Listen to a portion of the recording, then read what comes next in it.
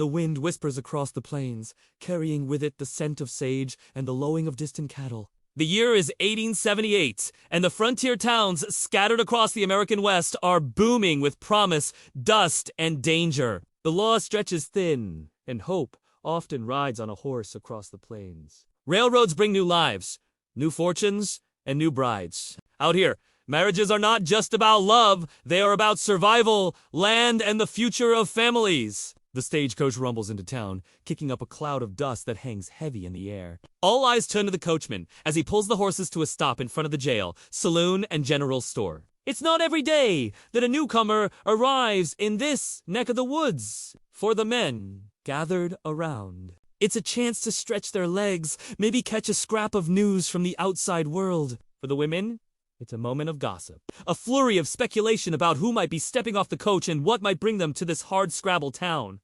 The men shake off their dust coats and loosen their ties. The women adjust their aprons and smooth their skirts. They wait. Then the door at the back of the stagecoach opens and a man steps out. Tall, broad-shouldered, his face weathered by years under the relentless sun. His eyes, hard and sharp as flint, scan the crowd.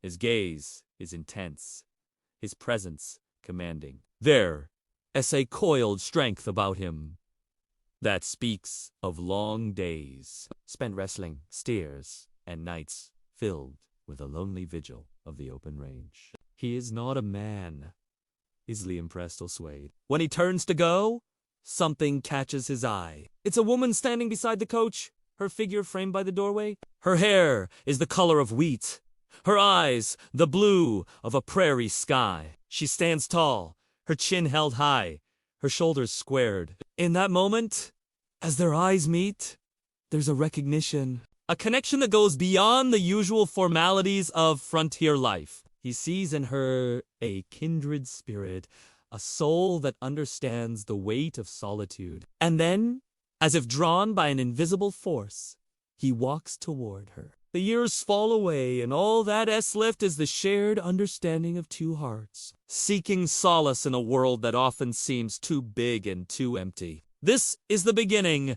of a story of two souls finding each other amidst the vastness of the prairie. It's a tale as old as time, but as new as the dawn. The rancher and the mail-order bride, bound together by circumstance and a shared love for the land, will face challenges that test their resilience, their faith in each other, and their dreams for the future. But as the sun sets over the horizon, painting the sky in hues of gold and crimson, one thing becomes clear: their journey together has just begun. The year is 1878, and the frontier towns scattered across the American West are booming with promise, dust, and danger. The law stretches thin, and hope often rides on a horse across the plains. Railroads bring new lives, new fortunes, and new brides. Out here, marriages are not just about love. They are about survival, land, and the future of families. He is a wealthy but lonely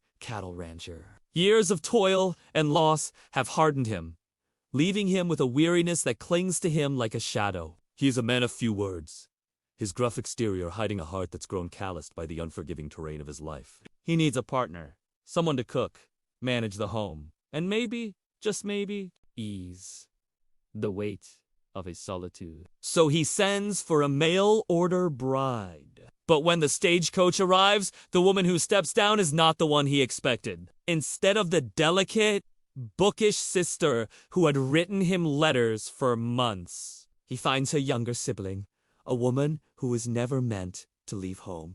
His eyes, narrowed in surprise, take in the woman before him. She stands tall, her chin held high, her shoulders squared. Her hair is the color of wheat, her eyes the blue of a prairie sky. She is not the bride he ordered, but in that moment, he knows he doesn't want to send her back. He will keep her. The mere thought of losing her ignites a possessiveness within him. Her fiery spirit, much like the wild mustangs he tends to, has captured his attention. She is not polished, nor is she eager to marry a stranger. She carries with her the weight of betrayal. Her sister tricked her. Her family abandoned her. And now she has been shipped across the country like a parcel to a man she has never met. She is wary, defiant. But she is also stronger than she knows, with a sharp tongue, steady hands, and a quiet courage born of hardship. She is no one's replacement. When she first meets a rancher, she expects rejection. Instead, she finds his gaze unwavering, almost possessive. "You're not the one I expected," he says, his voice rough with emotion. "But you're the one I choose!" And in that choice, a new chapter unfolds, one filled with the promise of love. The challenge of a harsh landscape and the enduring strength of the human spirit.